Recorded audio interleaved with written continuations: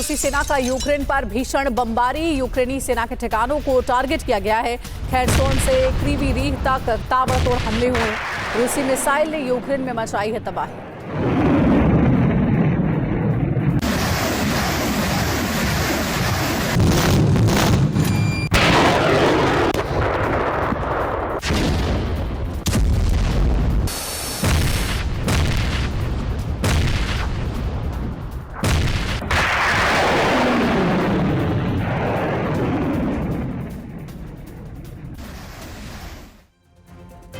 वहीं यूक्रेन पर रूस के हमलों से जुड़ी कुछ और जानकारी आपके सामने हम रखने जा रहे हैं। रूस का बड़ा हमला हुआ है यूक्रेन पर। कहां हमला हुआ, सबसे पहले ये देख लेते हैं। क्रीवी रीह और खेरसोन पर हमले किए गए हैं। हमला कैसे किया गया, तो 78 मिसाइलों से ये हमले किए गए। 110 ड्रोन से अटैक किया गया।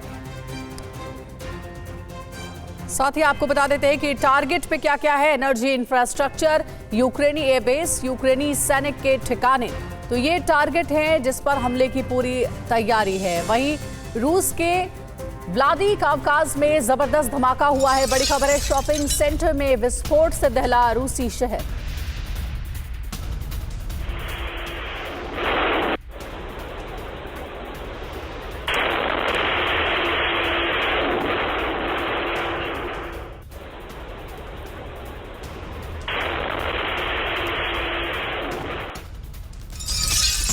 खार्किव में रूस यूक्रेन की भीषण जंग। यूक्रेन का रूसी ठिकानों पर विध्वंसक हमला। यूक्रेन ने रूसी सैनिकों को बंधक बनाया है। मनीषा हमारे साथ, हमारे सहयोगी इस वक्त जुड़े हुए हैं। मनीष, जिस तरीके से स्थिति जो है, ऐसा लग रहा है कि कहीं से भी यूक्रेन पीछे हटने को तैयार नहीं है। हम देख रहे हैं कि रूस की तरफ से हमले भी किए जा रहे हैं, कीव को भी निशाना बनाया जा रहा है, बेलारूस को भी इन्वॉल्व किया जा रहा है, लेकिन कहीं से भी यूक्रेन ऐसा नहीं लग रहा कि सरेंडर के मोड में है या फिर पीछे हटने के मोड में है। क्या वाकई में यूक्रेन की भी रणनीति यही है कि इस एस्केलेशन को, वॉर एस्केलेशन को हाईएस्ट लेवल पर, पीक पर ले जाया जाए? देखिए, अहम बात यह है कि लड़ाई तो चल ही रही है, लेकिन हाँ, ये बात है कि दोनों में से कोई भी उस जगह पर जहां लड़ाई चल रही है वहां से एडवांस करने की स्थिति में नहीं है। ना रूस वहां से आगे बढ़ रहा है और ना ही यूक्रेन उन इलाकों को लिबरेट करा पा रहा है। अभी अगर आप देखें कि अवदीवका या उसके बाद के कुछ इलाके जो अलग से आजाद कराए गए रूस की तरफ से, जैसा रूस ने कहा, उसके बाद से रूस ने भी कोई बड़ी बढ़त हासिल नहीं की है। और यूक्रेन के साथ भी वही स्थिति बनी है कि यूक्रेन अभी फिलहाल अगर आप देखें तो पिछले कई महीनों में उसने कहीं भी 1 इंच जमीन अलग से रूस के कब्जे नियंत्रण से मुक्त नहीं करा है। तो ये स्थिति बनी हुई है और इसी कमोबेश में इसी तरह की लड़ाई है।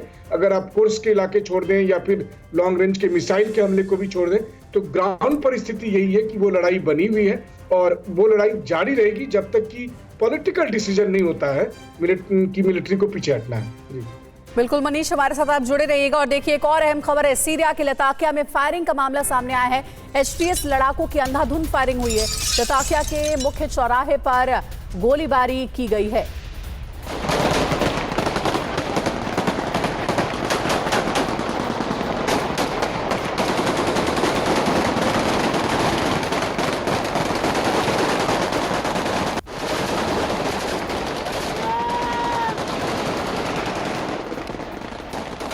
और अगली बड़ी खबर का रुख करेंगे। शेख हसीना प्रत्यर्पण मामले पर नया विवाद सामने आया है। भारत को रिमाइंडर लेटर भेजेगा बांग्लादेश। बांग्लादेश कर रहा शेख हसीना के प्रत्यर्पण की मांग।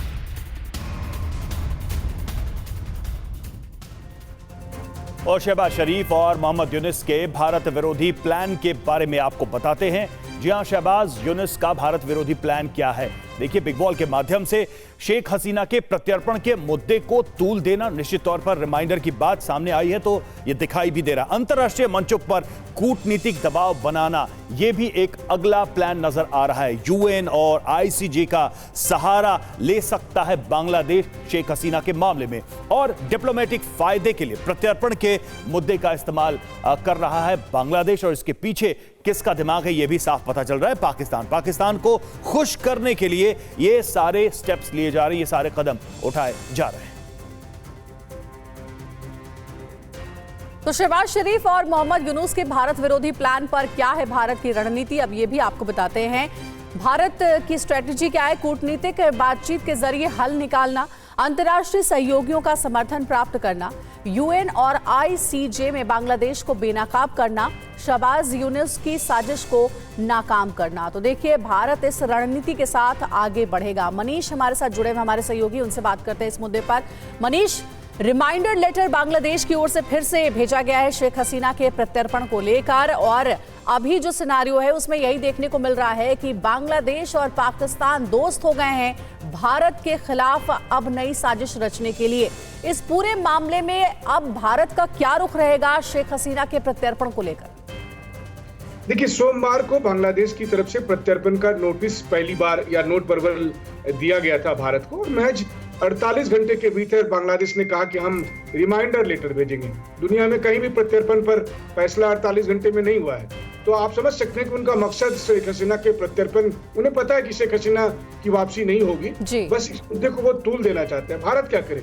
भारत के लिए बात यह है कि जैसी स्थिति भारत में पहले होती थी कि मीर जाफर थे, जयचंद थे, तो ये एक नए किस्म का जयचंद बांग्लादेश के तौर पर तैयार हो रहा है, और इसको निपटना भारत के लिए एक चुनौती है। क्योंकि जब आप अंतर्राष्ट्रीय मंचों पर कहते हैं कि बांग्लादेश ऐसा कर रहा है, तो बाकी दुनिया के देश कहते हैं कि बांग्लादेश तो आपका दोस्त था, लेकिन हाँ, हालात बदल गए हैं, तो उसी हिसाब से तैयारी की जा रही है। विदेश मंत्री जयशंकर इस वक्त अमेरिका में है, अमेरिका में भी बांग्लादेश के मुद्दे पर बातचीत होनी है, और आगे भी भारत को कूटनीतिक हल निकालने होंगे।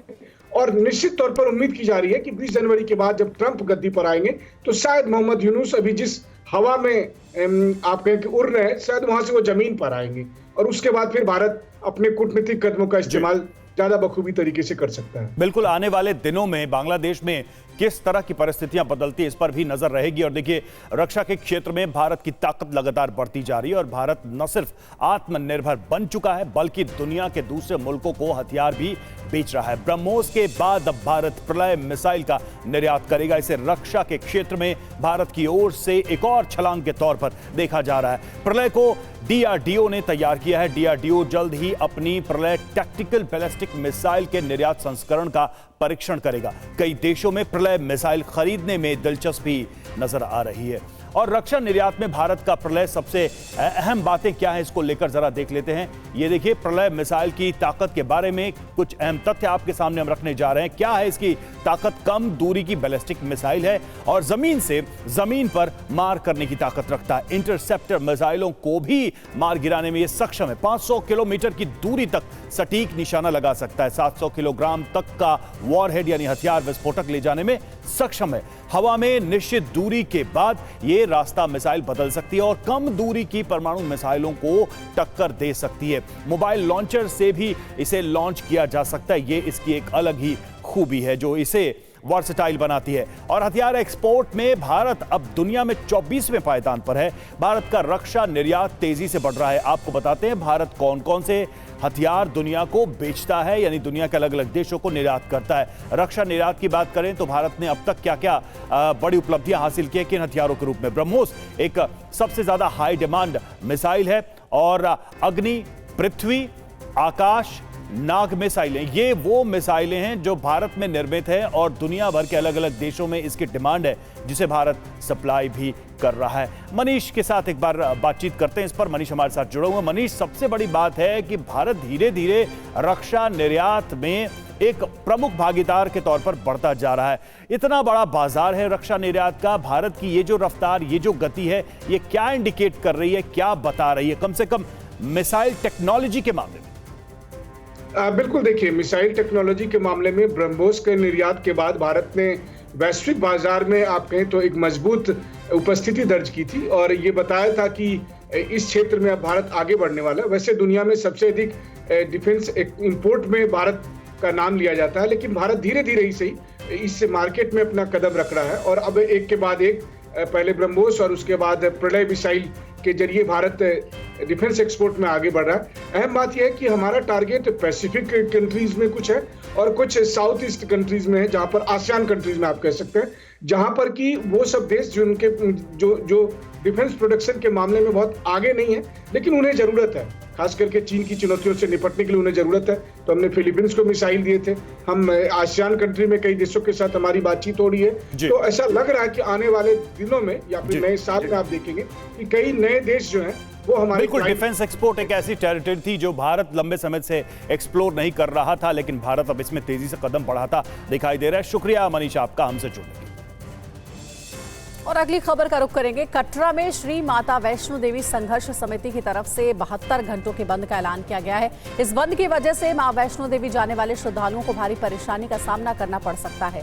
कटरा और यात्रा मार्ग के दुकानदार, व्यापारी, पिट्ठू, पालकी और घोड़ा वालों के साथ साथ सभी ऑटो चालक भी इस स्ट्राइक में शामिल हुए हैं। आज कटरा में काफी हंगामा हुआ है। पुलिस भी एक्शन में नजर आई। श्री माता वैष्णो देवी संघर्ष समिति के 18 सदस्यों को पुलिस ने हिरासत में लिया है। 72 घंटे की कटरा बंद की कॉल दी गई है। तस्वीरों में आप देख सकते हैं कि किस तरीके से यहाँ पर लगातार विरोध प्रदर्शन जो है वो यहाँ पर किया जा रहा है। तस्वीरों में आप देख सकते हैं इस समय मैं मौजूद हूँ कटरा में और यहाँ पे लगातार इस बात को लेकर विरोध किया जा रहा है कि रोपवे गंडोला जो है वो यहाँ पर ना लगाए जाए, जिसके खिलाफ लगातार जो विरोध प्रदर्शन है वो यहाँ पर कटरा में किया जा रहा है। तमाम व्यापारियों की तरफ से कटरा बंद की कॉल दी गई है। बाजार, घोड़े, पिट्ठू वालों की तरफ से यहाँ पर बंद की कॉल दी गई है।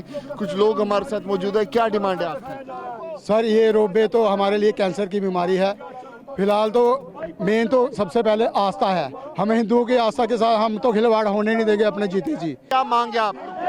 मांग ये देखो, हमारे जितने भी हमारी आस्था के साथ खिलवाड़ हो रहा है, आप भान गंगा, चरणपाद का, अर्धकुंवारी, ये जो हमारी आस्था है, आप इसके साथ ही खिलवाड़ कर रहे हो। कह रहे कि जो बुजुर्ग लोग हैं, हैंडीकैप लोग हैं, उनको हम रोपवे से छोड़ेंगे। देखिए, जो आज विकलांग की आप बात कर रहे हो, अर्धकुंवारी से इन्होंने बैटरी कार लगाई है, उससे 5 बंदगी विकलांग नहीं दिखता है। वो तो वीवीआईपी ट्रीटमेंट हो गया है। ये जो आप गंडोले की बात है, लाखों लोगों के घरों के चूल्हे ठंडे हो रहे हैं इससे। आप एक बिजनेस पॉइंट बना रहे हैं और आस्था खत्म कर रहे हैं। ऐसा हम नहीं होने देंगे। हम जितने भी लोगों की डिमांड है, इसके लिए हमें चाहे जो भी करना पड़ेगा, रोक नहीं लगने देंगे। और मां वैष्णो देवी जाने वाले श्रद्धालुओं का इस विवाद पर क्या कहना है, सुनिए। कहाँ से आए आप? दिल्ली।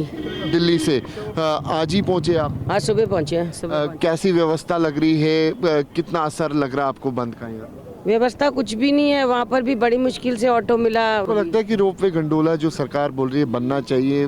देखो जी, ये इनका इंटरनल प्रॉब्लम है। ये आपस में इनको सुलझाना चाहिए, ना कि यात्रियों को तंग करना चाहिए। आप परेशान तो नहीं हुए? जी, इतना तो परेशान नहीं हुए, लेकिन अब परेशानी हो रही है।